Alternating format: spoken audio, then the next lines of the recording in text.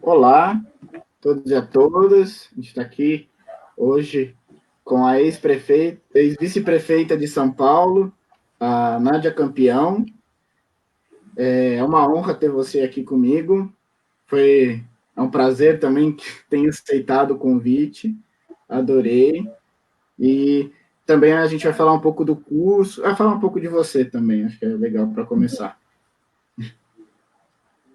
Tá bem, boa noite, Danilo, e a todos e todas que vão nos acompanhar. Estou à disposição. Eu não sei se todo mundo conhece, mas a Nádia lançou recentemente, acho que foi ano passado, um livro que é o Cidades Democráticas e também que é um curso muito importante aí para quem quer se candidatar. É um curso que a Fundação Maurício Grabois, né, está trazendo. E o livro também que traz um pouco mais. Eu vi que o livro traz um pouco mais uma questão histórica, né, das gestões. Eu tenho me dedicado bastante a essa questão da gestão pública, né? Porque eu já de muito tempo que eu tenho uma atividade política, uma atividade partidária, né? Já praticamente desde que eu estava na universidade, né? Eu fiz o curso de agronomia na USP e já quando eu era universitária eu já comecei a participar da luta política no país, que a gente estava bem naquele finalzinho da ditadura, né? Então, aquilo foi um momento que todo mundo entrou na luta política. Mas depois que a gente conseguiu o fim do regime militar e a aprovação da nova Constituição, a gente viveu um período muito importante, muito interessante aqui no Brasil, né? Sobretudo ali a década de 90, foi um período em que a gente reconquistou o direito de votar para as capitais, né, e eleger presidente da República, né, que durante o regime não se elegia diretamente o presidente da República. Então, teve assim muita movimentação nas eleições. As eleições eram um momento de muita efervescência, né, no país. E os governos, prefeitos, governadores, com base na nova Constituição, passaram a desenvolver um conjunto grande de políticas públicas. Então, aí uma porção de gente que tinha atividade política ou sindical ou nas universidades passou a integrar esses governos, né? Ajudar a governar, vamos dizer assim. Então, muitos municípios a gente participou dos governos e depois o primeiro governo assim, importante que eu participei foi o da Marta Suplicy, entre 2000 e 2003, né? 2001 a 2004, eu fui secretária de Esportes e Lazer aqui da cidade de São Paulo, e depois eu disputei várias eleições também, e até a eleição de novo do Haddad, quando eu me elegi vice-prefeita e fui, durante um período, secretária de Educação. E durante todo esse tempo, eu também procurei estudar mais a gestão pública, né? Porque tinha uma ideia antes de que você governar cidades, né, ou estados, era uma coisa assim que não precisava entender muito sobre a teoria da gestão, né? Quer dizer, o que é gestão pública, o que é administrar uma cidade. Isso não é verdade, quer dizer, tem já muita coisa acumulada, muito estudo feito, né? De modo que você pode sempre se aperfeiçoar. E depois dessas experiências todas, então, eu procurei fazer esse livro, que chama Cidades Democráticas, mas ele faz vamos dizer, um resgate, né, do que foi de 1988, da Constituição, da nova Constituição, até agora em 2018, 2016, né? Então, eu procurei mostrar o que aconteceu nesse período do ponto de vista da gestão democrática, porque mudou demais tudo, né? Em 2016, quando a Dilma foi afastada pelo impeachment e depois a eleição do Bolsonaro, a coisa ficou de ponta cabeça. Mudou demais no país a situação da gestão pública. Então, achei que o livro era importante para fazer esse resgate e para todo mundo que se interessa por gestão pública, por governar cidades, pelo tema de cidades, entender um pouco o que foi essa trajetória, o que aconteceu no país. E Eu queria perguntar isso, porque eu vi que você trabalhou, né, como vice. Muitas vezes a gente fala, né, que a gente nunca sabe o que o vice faz, né? E aí eu estava vendo que você trabalhou bastante, né, na gestão do Haddad como vice. E você fez o gabinete de gestão das subprefeituras, né? Eu queria saber se que é interessante que trouxe o protagonismo, né, nas subprefeituras, criou o conselho, que eu vi que existe até hoje, né, eu vi aqui da subprefeitura de Pinheiros. Eu queria saber se isso também foi motivação para criar o livro e o curso. Foi sim, Danilo, todas essas experiências, mesmo a que eu tive em 2000, na gestão da Marta Suplicy, que foi excelente, né? Foi na Secretaria de Esportes, mas primeiro que a gente abriu um universo que as pessoas não viam na Secretaria de Esporte e Lazer, né? Que as pessoas só veem o esporte, aquele esporte ou amador, ou esporte de alto rendimento, e a gente inaugurou a fase, vamos dizer assim, do esporte visto pelo ângulo da atividade física, sabe? Dos benefícios que isso traz à saúde física e à saúde mental, e que era possível a gente ter uma prática de atividades físicas saudáveis na cidade de São Paulo, de forma democrática, de forma fácil. Então, a gente estimulou muito a reabertura de todas as piscinas, que estavam todas fechadas, né? Então, todos os centros esportivos, abrir, renovar. Nós incentivamos as corridas de rua, né? Que quase não tinha uma ou outra. Nós fizemos um calendário que tinha corrida de rua, assim, 8, 9 por ano. E as pessoas passaram a usar as ruas de São Paulo e os parques para praticar ciclismo, para andar, para caminhar, né? Então, também nós demos muito incentivo para isso. Mas, principalmente naquela época, a gente juntou com a cultura e a educação para formar os CELS, né? Os Centros de Educação Unificada, nas periferias de São Paulo. Então, foi uma experiência, assim, excelente. Mas a de vice-prefeita, eu diria assim, já foi uma experiência mais geral, porque é uma posição em que você consegue acompanhar todas as áreas, né, da prefeitura de São Paulo e, portanto, quase tudo o que acontece na cidade. E você tem razão, quer dizer, o papel de vice, ele pode ser um papel formal. A lei orgânica do município aqui de São Paulo, ela diz, olha, o vice está ali para substituir o prefeito quando precisar. Agora, raciocinem comigo. Uma pessoa que é vice e ela pode vir a substituir o prefeito, ou temporariamente, ou em alguma situação permanentemente, ora, ela tem que saber o que está acontecendo, ela tem que trabalhar junto, ela tem que compartilhar dos desafios, entender os problemas, senão vai substituir como, né?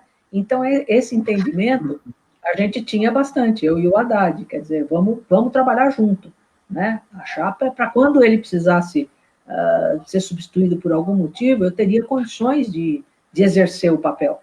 E foi assim, enquanto, claro, quando não existe a necessidade de substituir, a gente foi todo o tempo discutindo que funções, que projetos eu poderia assumir como parte da responsabilidade dele também, né? Quer dizer, com a autoridade de alguém que foi eleito.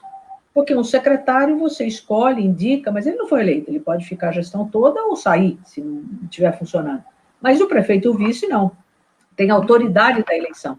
Então, tinha muita coisa que eu podia fazer e, desta forma, dividir um pouco as responsabilidades dele e as coisas, a gente conseguia fazer mais coisa. Essa que você falou foi uma delas. A gente percebeu que as subprefeituras, São Paulo tem 32 subprefeituras, né? Que tinha muitos problemas que eram comuns a essas subprefeituras e que era preciso fazer um trabalho conjunto com elas, entender que problemas elas tinham e resolver problemas que fossem comuns. Então, a gente criou essa gestão, né, um gabinete de gestão integrada que eu coordenava, e então eu acompanhava o dia a dia das subprefeituras para perceber que problemas ultrapassavam a fronteira de uma subprefeitura e a gente precisava cuidar. Por exemplo, o combate às enchentes, ou enfrentar o período de chuvas. Eu coordenava o comitê de preparação da cidade para enfrentar o período de chuvas, né? E isso, então, articulava 3, 4 subprefeituras para elas agirem juntas. Então, você vai ter um córrego que passa por 2, 3 subprefeituras. a limpeza daquele córrego era, na verdade, uma tarefa da prefeitura, né, da secretaria que faz esse trabalho, mas das 3 subprefeituras juntas, cada uma no seu pedaço.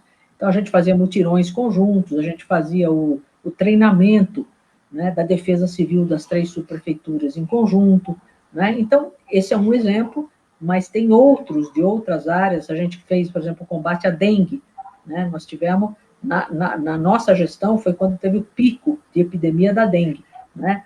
Então, a gente também teve que mobilizar a cidade e as subprefeituras para enfrentar a dengue. Então, eu coordenava esse trabalho que exigia um trabalho conjunto, né, coeso, das subprefeituras. E foi muito bom, foi uma experiência excelente, e, claro, ajudou muito o livro. O livro eu escrevi depois disso, né, depois de sair da prefeitura, no primeiro ano depois que eu saí. Então, tem muita coisa no livro que vem, assim, da vivência mesmo, né, aqui que eu tive na vice-prefeitura. Eu achei bem interessante, porque é uma questão assim, o prefeito muitas vezes não conhece, às vezes, alguma região da cidade, principalmente em São Paulo. É difícil você conhecer a cidade inteira, como uma cidade enorme. E aí você ter o contato e fazer as subprefeituras trabalharem, a gente vê o quanto é importante na região, né, cada região. Acho que você traz também no seu livro essa questão de que cada região vai entender a sua especificidade, e aí você ter um conjunto de trabalho, um grupo de trabalho, é muito melhor do que você ter aquele prefeito que vai falar, eu vou fazer isso, aquilo, e não conversar com ninguém, né? Então, algo muito importante. Assim. A gente tem que, eu aprendi muito nesse período todo, talvez também porque a minha experiência toda é com São Paulo. E São Paulo é uma cidade com mais de 11 milhões de habitantes, né? Então, não tem nenhuma outra cidade no país parecida com São Paulo. Então, os problemas que a gente tem aqui são sempre muito mais desafiadores. E um deles é o problema que você falou. Como é que você vai governar uma cidade desse tamanho, né? A sede da prefeitura é aqui no Viaduto do Chá, no centro da cidade, né? Mas, puxa vida, tem regiões da cidade que você demora para chegar num horário, mesmo que não seja um horário de trânsito, você demora 1h30, né? Quase 2 horas para chegar dentro da cidade de São Paulo. Se for para Parelheiros, por exemplo, às vezes mais do que isso. E se for num horário, né, próximo da hora do almoço, ou no começo da manhã ou final da tarde, demora até mais, né? Então, mesmo para ir para a cidade de Tiradentes, para ir para a Zona Norte, então, é uma cidade complexa, quer dizer, ela é grande e tem muita gente. Então, é um desafio governar uma cidade desse tamanho sem descentralizar. Então, acho que ter 32 subprefeituras, são 91 distritos, 90 e poucos distritos, e 32 organizados em 32 subprefeituras. Mesmo assim é grande, sabe? Mesmo assim, porque tem subprefeituras de 400 mil pessoas, 500 mil, 350 mil. São maiores que muitas das cidades do interior de São Paulo. Então, na verdade, a capital de São Paulo ela é quase um estado, né? Ela, na verdade, ela teria que ter um status diferente da que as outras cidades têm. Mas fica difícil para um prefeito de uma cidade como São Paulo dar conta de todas as demandas, né? Porque você vê, além de você ter que governar um território, uma subprefeitura, saber que ali funcionam as escolas, ali tem UBS, ali tem problema das linhas de ônibus, né? Ali tem que limpar aquele território e tal. Além disso, você tem os problemas que são problemas gerais da cidade, que demandam o prefeito, né? Uma porção de problemas do funcionamento da cidade. Então, se o prefeito não monta uma boa equipe, né? Se ele não se apoia em 32 subprefeitos e bons subprefeitos, e se, além disso, você não compartilha responsabilidades, é muito difícil. A chance disso não dar certo é grande. Ou de ele governar só para uma parte da cidade, sabe? Ou deixar muita coisa para trás, sem resolver, sem dar resposta. Então, acho que esse compartilhamento ele é muito importante, uma gestão integrada, né, de todas as áreas, é muito importante para poder minimamente atender uma realidade como a de São Paulo. São Paulo e outras cidades, cidades com 500 mil, 700, 800 mil, 1 milhão, todas elas precisam dessa ideia de descentralização administrativa. Que foi o que começou a ocorrer, né, com os governos anteriores ao de agora, né? Que você mostra que começaram a descentralizar justamente para poder atuar de uma forma mais direta nos lugares, né? E que agora isso tudo está meio que acabando, né? Essa descentralização. Está começando a centralizar de novo, eu acho. Né? Acredito. Aqui em São Paulo, você está falando? Então, em São Paulo e também no Brasil, no geral. Essa ideia de integração das diversas áreas, de descentralização, é uma coisa que, em geral, tem resistência, sabe, de fazer, porque cada vez que você descentraliza, você divide um pouco a responsabilidade e o poder, vamos dizer assim, né? E muitas forças políticas, em geral, os conservadores e tal, querem ter aquilo tudo na mão, né? Não querem dividir nada. Quer dizer, ele quer decidir sobre tudo, né? Quer estar no centro de todas as coisas. E é lógico que com isso você sacrifica o atendimento mais amplo da cidade. Esse exemplo de São Paulo é muito, muito forte. Se você resolver centralizar tudo, não vai dar conta. Entendeu? É impossível você dar conta de 32 subprefeituras, cada uma tem um problema diferente. Né? Em geral, a maior parte delas é muito distante do centro, você nem acompanha bem qual é a realidade de lá, né? Você também não vai ficar visitando todo dia todas elas, é impossível. Né? Então, é quase uma necessidade de centralizar. Agora, tem gente que diz que aceita a descentralização, mas é uma coisa, um processo formal, entendeu? Indica pessoas que não têm capacidade, às vezes, de exercer aquela função de governo, né? Põe, tira, troca não sei quantas vezes, não tem continuidade. Então, na prática, é uma descentralização formal, que também não funciona. Então, tem essas duas formas de driblar a descentralização real. Né? Eu acho que nessa parte, né, que antes era votado, né, o subprefeito, agora não é mais. Não, acho que nunca foi votado. Não? Não. Sempre foi. O que aconteceu é que agora, na gestão do Fernando Haddad, quando a gente estava saindo, ele mandou um projeto para a Câmara para fazer a eleição direta para subprefeito. Mas desde que as administrações regionais, que era o que tinha antes, né, das subprefeituras, e depois das subprefeituras, sempre foram cargos de indicação do prefeito. Nós nunca chegamos a fazer uma eleição para subprefeito. Aqui em São Paulo, não. E eu acho que não conheço, assim, no Brasil, alguma experiência desse tipo. Internacionalmente que tem. Eu acho que seria mais interessante. Sim. Que eu acho que seria mais interessante nesse caso, porque você votaria, a vizinhança votaria em alguém que ela confiasse de alguma forma, né? Sim. Toda eleição dá mais representatividade.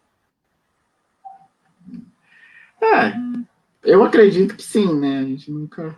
Dependendo da eleição também, né? Dos contextos sociais que dão a eleição, ela... Queria essa questão acho que é legal a gente ir para outra, essa questão da gestão das esquerdas, né? Eu acho que você mostra dessa... Eu ainda estou no meio do livro, cheguei naquela parte que você fala da gestão da PCdoB, né? Mas deu para ter uma ideia dessa questão das gestões das esquerdas, né? Que eram mais, pelo menos ao meu ver, participativas, né? Era mais uma democracia participativa ali. E aí depois do golpe, do impeachment, vai decaindo, né? Aquele exemplo que você dá das prefeituras do PT, de que eram, acho que 800 e aí diminui para 200. É muito significativo, né? Eu queria saber, né, nesse sentido, eu queria saber, fazer um comentário sobre isso. Sim. Quando eu falei dos anos 90, da década de 90, né, foi um período em que a gente, vamos dizer, foi ganhando prefeitura, a curva vai assim para cima, né? A gente tinha as forças de esquerda, vamos dizer assim, não só de esquerda, porque você tinha também muitos prefeitos e prefeitas do PMDB que eram muito bons, muito democráticos, então você tinha gente em outros partidos que não só da esquerda, partidos mais de centro, né? Bons prefeitos. Mas, no geral, as prefeituras mais avançadas eram dirigidas pela esquerda, pelo PDT, pelo PSB, maior número pelo PT. O PT dirigia muitas prefeituras. E tinha nesse período, a gente se orientava, né, por uma coisa que se chamava priorizar a área social, certo? Quer dizer, porque tinha uma defasagem, né? Até hoje tem, mas tinha mais ainda, defasagem entre as áreas centrais da cidade, as pessoas de melhor condição de vida e salarial, com o resto da periferia, da população trabalhadora, né? Que na maior parte das cidades eram pessoas que vieram de outros lugares, muita gente do norte, do nordeste do país, para trabalhar na indústria, na economia, que gerava muito emprego, né? Só que as condições de moradia sempre muito ruins, sempre morando nos lugares onde não tinha infraestrutura. Então, você precisava direcionar as ações da prefeitura para essas camadas mais populares, então, que a gente chamava prioridade social. Então, a gente priorizava a educação pública, a saúde pública, a construção de creche, a construção de UBS, a construção de escolas, porque só agora que a gente tem acesso universal ao ensino fundamental. Não tinha na década de 90, precisava construir escola, né? Então, essa era uma marca dessa gestão democrática, priorizar as áreas sociais e as áreas da periferia. E a segunda marca era fazer isso com participação, ou seja, a gente sempre acreditou que você precisa que a população, a comunidade, esteja junto, ela esteja avaliando, ela conheça qual é o serviço, você ouvir também as necessidades, ela participar avaliando do controle social. Então, a parte também da participação, essas duas marcas, né? Prioridade social e participação popular. Isso veio, assim, com muita força durante os anos 90, depois dos anos 2000, né? E é claro que depois se multiplicou em muitas áreas, em muitas políticas públicas, sobretudo depois da primeira eleição do Lula, né? E agora a gente vê exatamente o contrário, né? Quer dizer, do governo Temer para cá, tem uma mudança forte na maior parte das prefeituras, né? Quer dizer, elas deixam de lado essa prioridade social, voltam a fazer prefeituras ou governos tradicionais, né? Que governam por uma parte da cidade, e participação social, quanto menos para eles, melhor, porque é gente que se incomoda se a população se mobiliza, né? É gente que não gosta de ter manifestação, não gosta de fazer reunião com a população, né? Então, ele se afasta. Quer dizer, você se fecha na prefeitura, conversa só com a Câmara Municipal, acaba com os conselhos, ou esvazia com os conselhos, que é o que o Bolsonaro está fazendo, né? Ele esvaziou toda a estrutura de conselhos que o país tinha, em todas as áreas. Para quê? Para não ouvir a população, para não ouvir as entidades organizadas que contestam a política dele, né? Então, ele se fecha, ouve só o seu grupinho, né? E trava uma luta com todo mundo. Mas, realmente, então, isso teve uma mudança muito grande nos últimos anos. Principalmente com ter desmantelado o Ministério das Cidades, né? Que foi no seu livro que eu descobri o que é, né? Porque muitas vezes você foi, Ministério das Cidades, né? E aí eu vi como ele era importante, né? Que era a participação da União nas cidades, né? De dinheiro, participação de tudo, né? Uma novidade, o Ministério da Cidade foi uma criação do governo Lula muito importante, porque Primeiro que até então, cidade era uma coisa que não era como se assim, não diz respeito ao governo federal, às políticas federais, sabe? Cidade diz respeito aos prefeitos, e o prefeito se vira lá. Então, o tema cidade não era como se não fosse um problema nacional.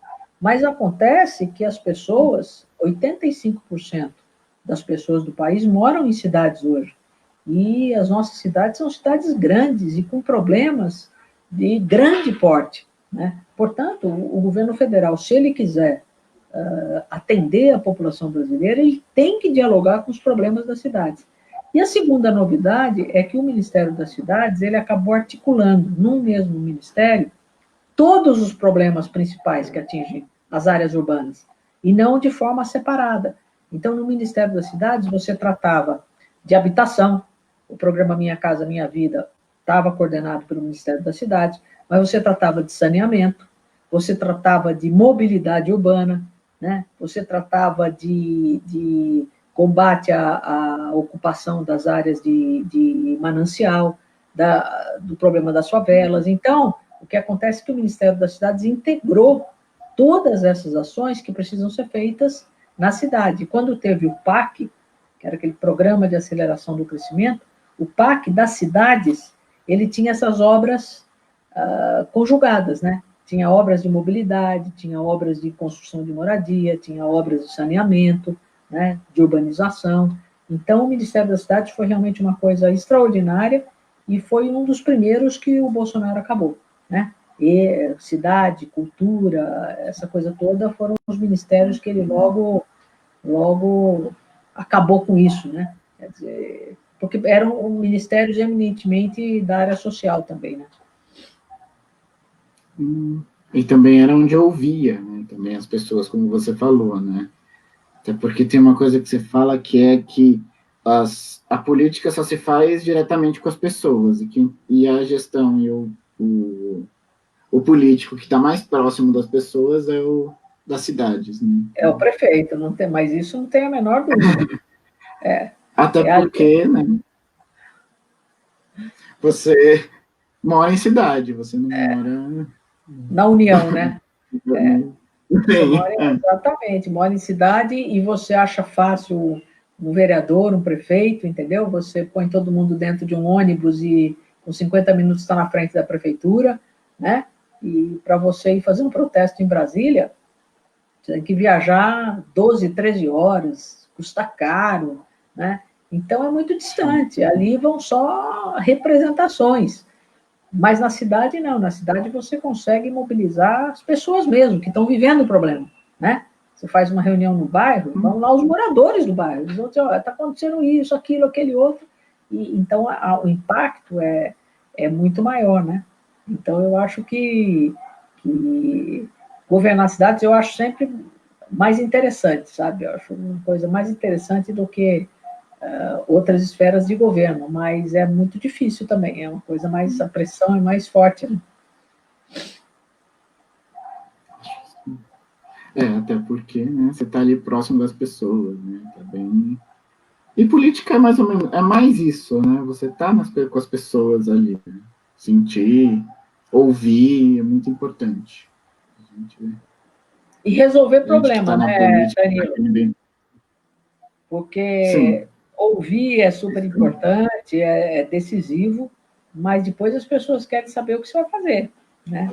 Eu acho que o problema das prefeituras, dos governos, é a capacidade de realizar aquilo que está na sua responsabilidade, na sua condição de realizar, né? Claro que às vezes você não pode fazer o impossível, mas tem muita coisa que pode ser feita, muito problema que você pode resolver ouvindo, e o que você não conseguir, você pode explicar nesse contato, né, com as pessoas, com as entidades, com movimentos organizados ou não, você explica, olha, eu consigo fazer isso aqui, mas não consigo fazer tudo aquilo que vocês estão solicitando, porque ou eu não tenho recurso, ou não tenho recursos financeiros, ou não tenho recursos humanos, ou tem uma outra turma ali que acha que não dá para fazer isso, então a gente tem que fazer uma mediação.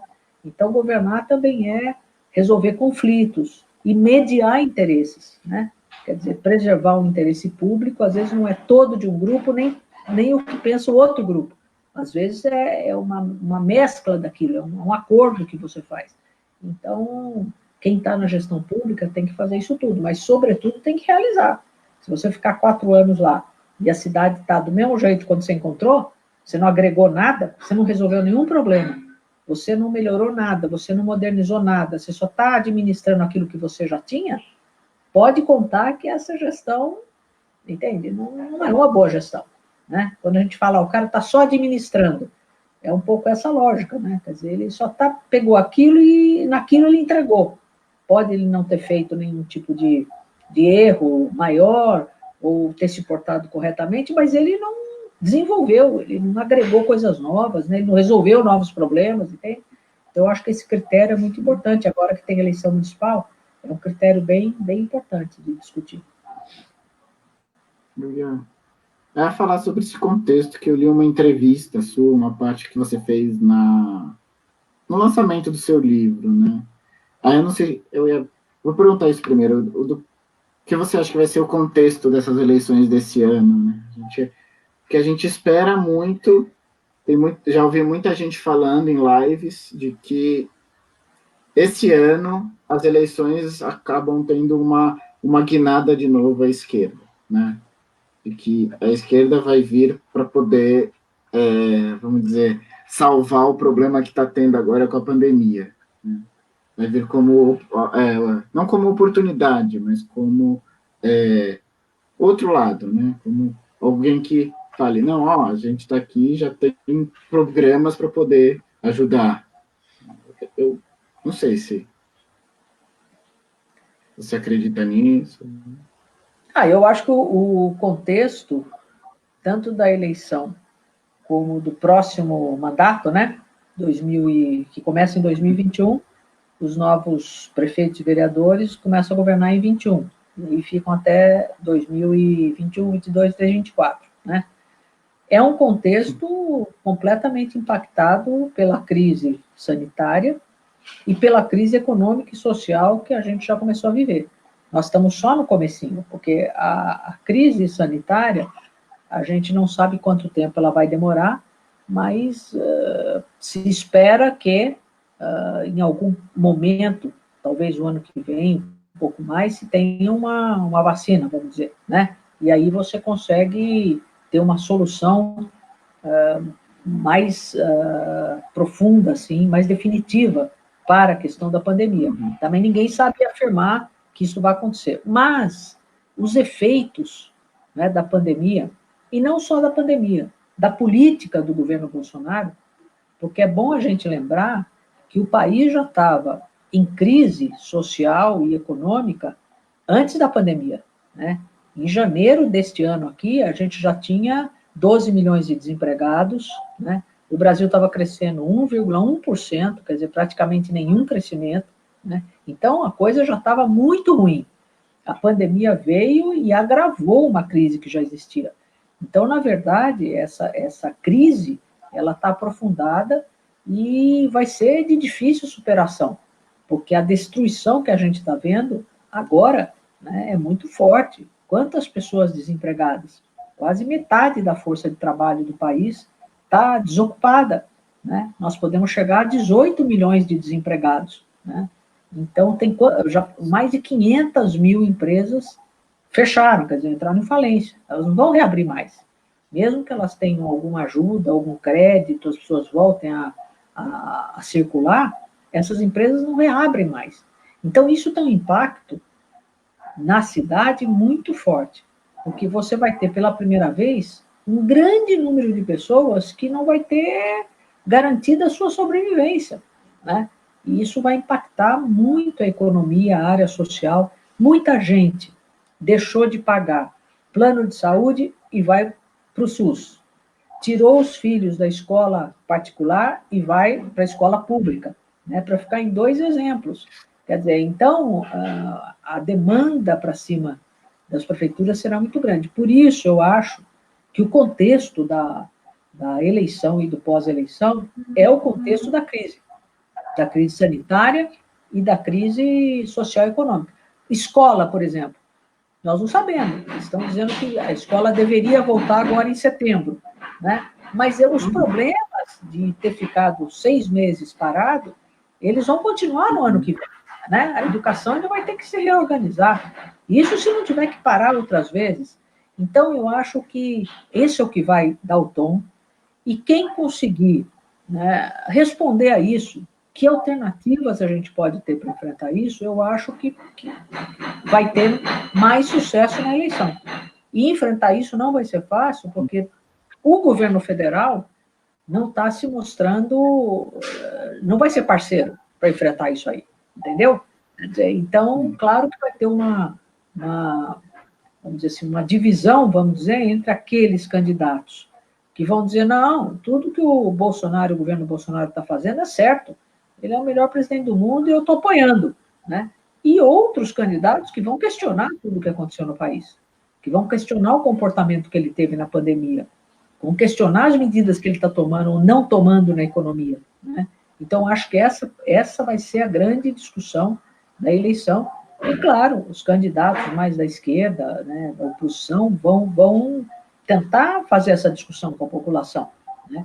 Agora, eleição é debate, é disputa, né? A gente talvez não tenha as mesmas condições de fazer as campanhas como a gente fazia, que era reunir, fazer muita reunião, fazer muita caminhada, por conta do distanciamento. Mas eu acredito de que a gente vai ter mais condições de ser ouvido, compreendido, do que foi na eleição de 2016, né, onde a gente teve muita dificuldade para conseguir ultrapassar uma série de, de ideias, né, que foram preconcebidas naquela ocasião, estava muito perto do impeachment, estava tudo muito difícil, né, para o nosso campo democrático. Eu estou mais confiante esse ano. Eu também acho que o contexto é bom e também para aproveitar e tomar os meios digitais, né, como base para a candidatura, porque antes era só de um outro lado, né? Agora é para a gente também. Todo mundo entrou na luta, né? Sim, isso mesmo. Até porque a rua era nossa, teve uma live que eu falei isso, né? A rua era da esquerda e agora a rua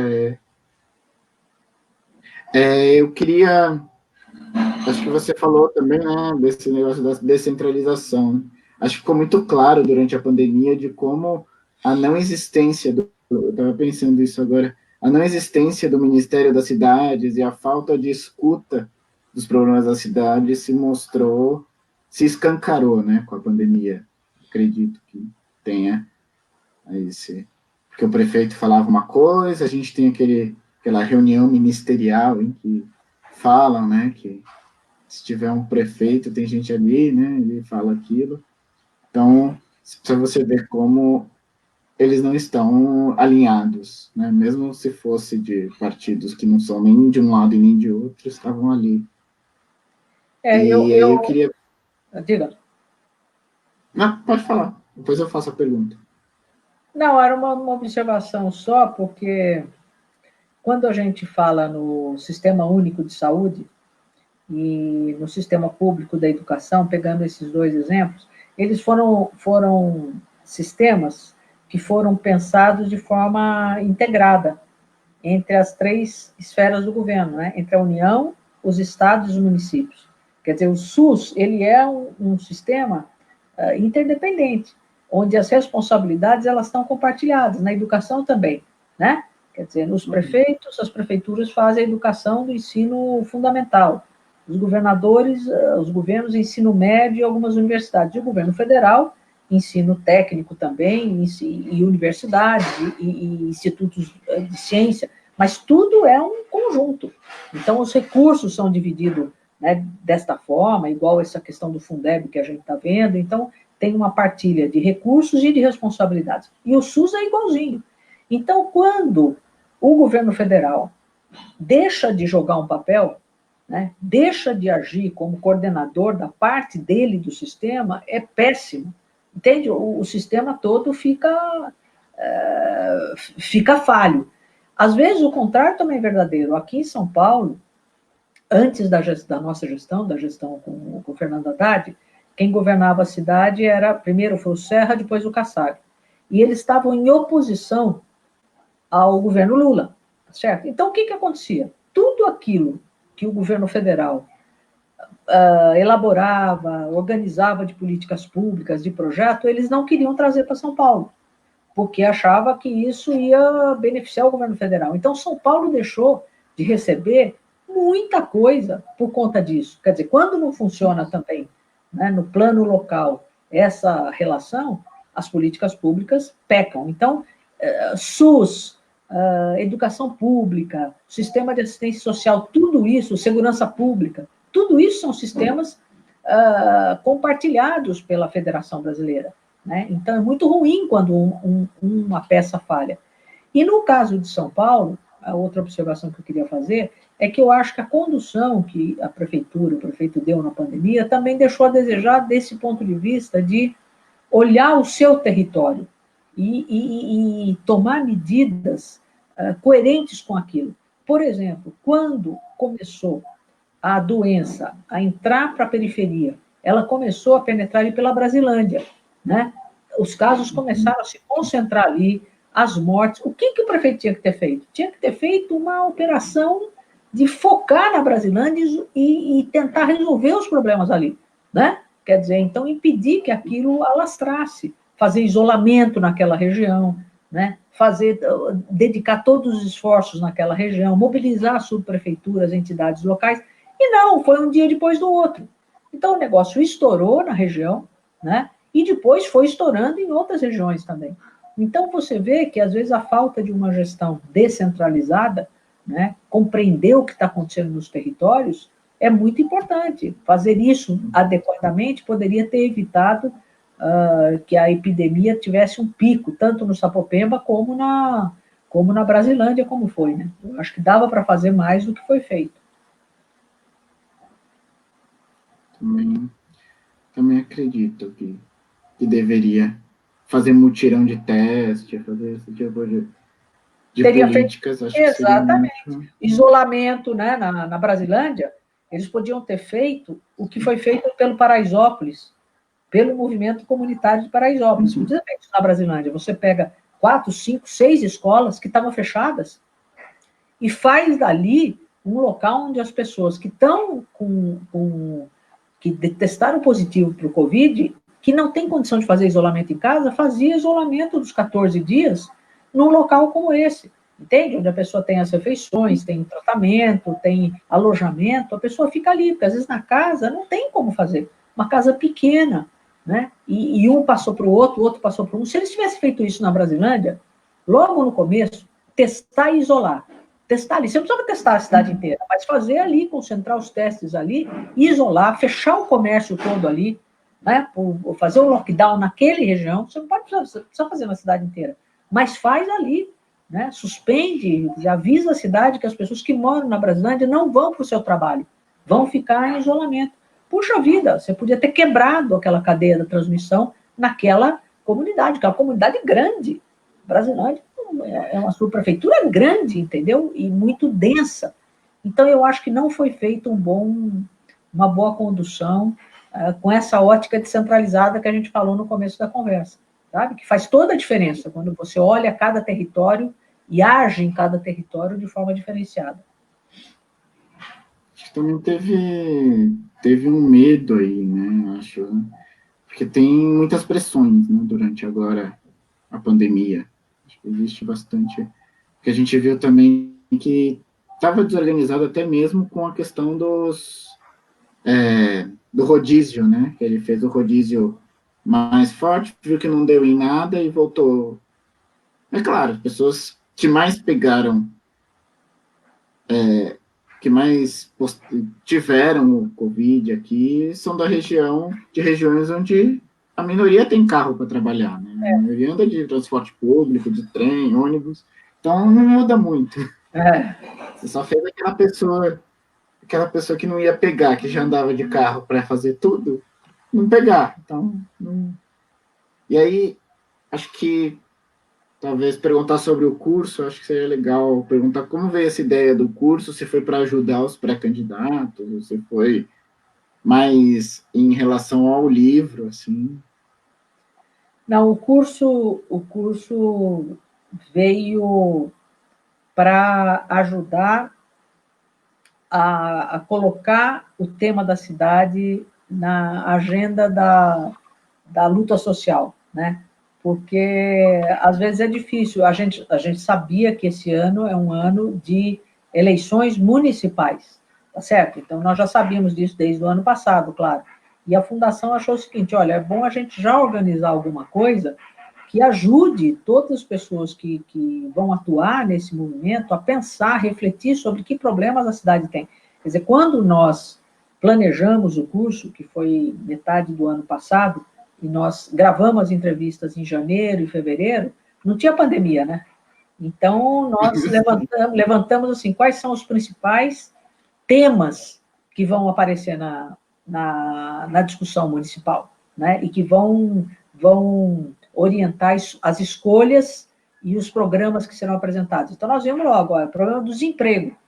Já estava lá, em janeiro, né, dezembro do ano passado, a gente falou, esse vai ser o principal problema, como enfrentar o desemprego na cidade. Já estava crescendo a população de rua, né? Então, olha, a demanda na área da assistência social e do emprego, geração de renda.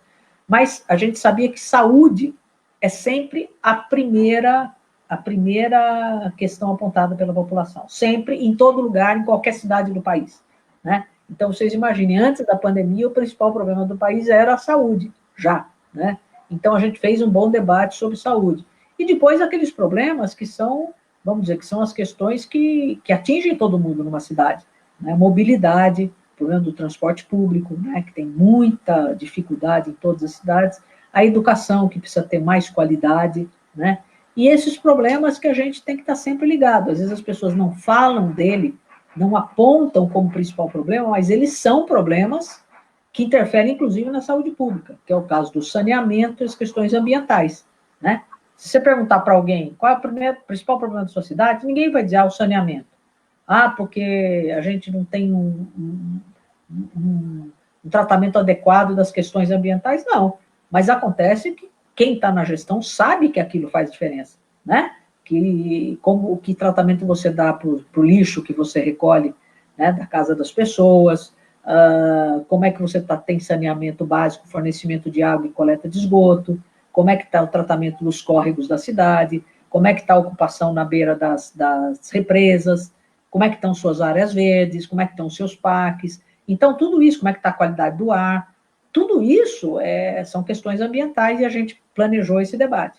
Então, na verdade, o curso foi pensado para ajudar as pessoas a refletirem sobre que problemas existem nas cidades, atuam nas cidades, que soluções a gente pode ter, e acho que ajuda todo mundo, ajuda para qualquer um que tem interesse, né, sobre entender o que acontece na cidade, mas para pré-candidatos, para quem vai disputar a eleição, eu acho que o curso é voltado para todas essas pessoas. Achei muito bom esse curso. Eu fiz e recomendo sempre. Todo mundo fala para mim, faz o curso antes de... E é grátis, né, também. Danilo? E é grátis, né, que é bom. Então, aí, para ir para o final, acho que é legal a gente falar do Fundeb, que está votando agora, né? Não sei se ainda está, deve estar ainda, que eu vi que é muito importante, né, para a educação básica. Né? Ele só financia a educação básica e, nesse momento, pelo que eu vi, ele paga dos 10 reais, ele paga 4, né, do investimento da educação. Devia aumentar, pelo que eu vi, né, da relatora, ela fala que a intenção é aumentar, né, e a intenção é tornar ele, que é muito bom, tornar ele definitivo, para não ter mais esse problema. Eu acho que...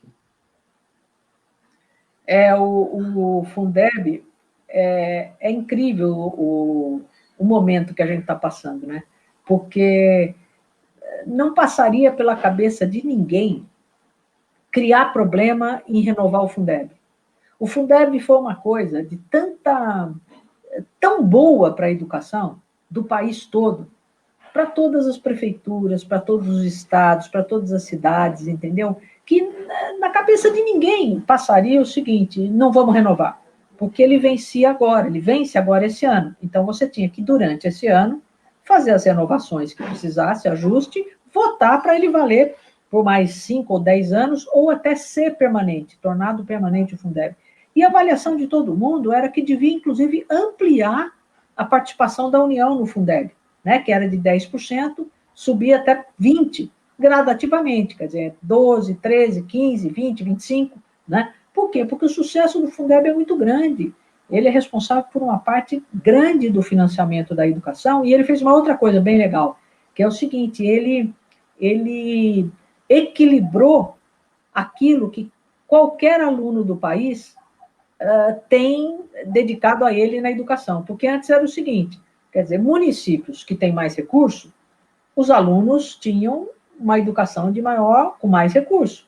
Os municípios dos estados mais pobres, né, ficavam com um valor muito mais baixo. Então, vamos dizer que um aluno do estado de São Paulo recebia no todo, na educação, você investe em professores, em material, em equipamento, 10x.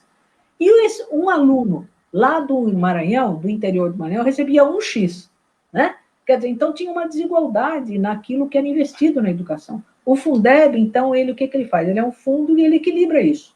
Ele põe um valor igual para todos os alunos do país, e o município que recebe menos, que tem menos, ele completa para chegar naquele tanto. Então, tem cidades que recebem menos Fundeb, porque elas têm mais recursos. E tem outras que recebem muito do Fundeb para equilibrar. Isso fez com que a educação brasileira no norte e no nordeste do país e no interior conseguisse avançar muito. Tanto que hoje você tem cidades do interior, do norte e do nordeste, que têm uma qualidade de educação superiores às da cidade de São Paulo, por exemplo, né, de cidades de São Paulo. É conhecida a experiência lá das cidades do Ceará, do Sobral, né, mesmo agora do Maranhão. Então, o Fundeb tem essa importância toda. Então, na cabeça de ninguém pensava, de nenhum prefeito, de nenhum governador, de ninguém da área da educação, de que não fosse aprovado.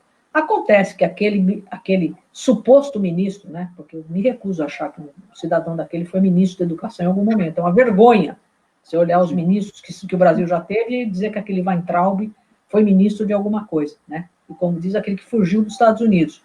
Ele sentou em cima, e como eles são contra qualquer recurso para a área social, né? Então ele sentou em cima e não fez nada para discutir o Fundeb. E de forma que foi ficando, foi chegando a hora, e agora está na hora de ou votava, ou tinha que acabar com o Fundeb, né? Ele acabava legalmente, né? Então, bateu o desespero em todo mundo, não é possível, e formou-se uma grande frente na sociedade e no Congresso Nacional para aprovar, votar o Fundeb para que ele continuasse. Tanto que você vê que a relatora do Fundeb é uma professora Dorinha do DEM. Ela comprou essa briga junto com outros partidos, os partidos da oposição, para dizer, não, o Fundeb precisa ficar, ele tem que ser permanente, a União tem que aumentar os investimentos, e foi levado assim, né, com uma grande frente no Congresso, junto com a UNE, com a UBS, com as entidades estudantis, entidades dos professores. Então, virou um grande movimento. E, mesmo assim, o governo do Bolsonaro fez o que pôde para adiar, para não votar, para ir condicionar. E, quando foi hoje, eles disseram que ia entrar em obstrução. Ou seja, foi muita firmeza de uma parte grande do Congresso, né, no sentido de, não, nós vamos votar e vamos aprovar. E depois o governo acabou fazendo um acordo ali, para não dizer que... Porque seria derrotado. Mesmo que durasse muito tempo, ele seria derrotado ou no Congresso, ou, eu acredito, nós teríamos outras manifestações de rua, mesmo no momento da pandemia, para defender o Fundeb, entendeu? Ele ia comprar uma briga, porque está todo mundo vendo, viu, Danilo, que a importância que tem a educação pública e a saúde pública, o SUS. Que seria do Brasil se não fosse o SUS na pandemia? Todo mundo está dizendo isso. Então, caiu a ficha, vai cair a ficha de todo mundo, que essas coisas que a gente investe, que é para todos, que é universalizante, que mesmo que às vezes tenha muita limitação, não tenha a qualidade que a gente queria, mas tem o sistema. Você vai melhorando essa qualidade, tá certo? Da educação e da saúde do SUS. Mas se você nem tem, como é que você vai melhorar o que você nem tem? Cada um por si, seria cada um por si. Então, eu acho que essa luta nossa em defesa da saúde e educação está muito reforçada. A pandemia, por incrível que pareça, com toda a sua tragédia, mas ela reforça a ideia de que é preciso ter, né, os direitos sociais defendidos e contemplados pelo Estado brasileiro. E que a gente tem que defender também, acho que também a Perpétua mesmo falou o que você falou, né? A Perpétua Almeida, nossa líder da Câmara, falou, né, que mesmo a relatora não sendo do partido dela, ela estava junto ali. Sim. Porque é uma luta que tem que ser travada ali junto. E é muito... qualquer prefeito, seja de que partido for, pergunta como é que ele ia governar a saúde sem o Fundeb. Então, não dá. Tem coisas que não dá para você tratar como luta ideológica partidária. Acontece que o governo Bolsonaro, tudo que ele se mete é tentando dividir, é tentando criar confusão, entende? Então, eles estão... É uma tragédia para o Brasil. Esse governo do Bolsonaro é uma tragédia, né? E mostrou agora de novo no Fundeb. Mas, felizmente, muita coisa nós estamos conseguindo fazer e defender apesar deles, entendeu? O auxílio emergencial de R$600 foi assim, a aprovação do Fundeb também, então a gente não está deixando que eles destruam coisas importantes, né? Então... Aldir Blanc também. Aldir Blanc, a do esporte foi votada agora também, tudo articulação fora do governo, né? De fora do governo, e a gente tem um papel grande nisso. Sim. Então, a resistência tem sido muito, muito importante. A defesa da democracia, muito importante. Sim. Direitos já, né? Sim. Acho que a gente já está no finalzinho, já está 56 minutos. Acho que as considerações finais, né, para a gente já indo para... Foi uma honra ter você aqui, que é muito gratificante, assim, ter aceito... adorei você ter aceitado, né, o meu convite. A gente chama, acha que não vai dar certo, mas aí deu certo, foi muito legal. Sim, é muito bacana. É porque é alguém que eu fiz o curso, alguém que eu fui vendo depois e que melhorou muito São Paulo, né? Então, acho que é bom, assim, ter você aqui comigo. Não, eu que agradeço, Danilo, você ter me convidado. Eu gosto sempre da gente conversar sobre esses temas da atualidade, principalmente temas da cidade, né? Uma coisa que eu sinto muito prazer em dialogar, em ouvir. Pena que a gente não pode também ouvir mais gente, né? Às vezes não é uma reunião em que você senta, vê o rosto de todo mundo e as pessoas falam. Isso sempre é uma dinâmica bem interessante. Mas eu estou à disposição e agradeço muito aí o teu convite, a quem nos acompanhou, e espero que a gente consiga ter esse ano, a gente dar um passo adiante, né? Depois de muitos retrocessos que a gente teve nos últimos anos, essa eleição municipal, ela é muito importante, né? A gente colocar nas prefeituras, gente que tenha compromisso com a cidade, com os problemas, que tenha uma consciência democrática, tenha compromisso social, para fazer frente a esse governo Bolsonaro, que ele, se nada ocorrer, ele tem mandato até 22, então a gente ainda vai ter que desfazer muita besteira dele, então tem que ter gente firme para resistir, e na Câmara de Vereadores também, né?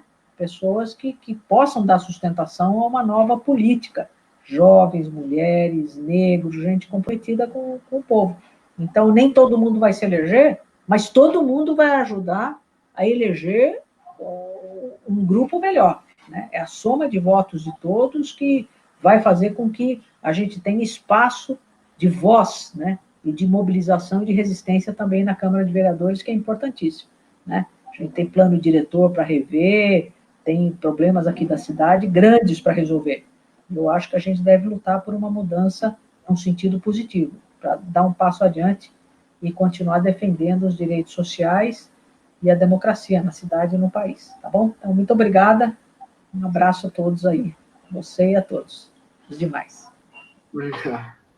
Boa noite a todos e a todas.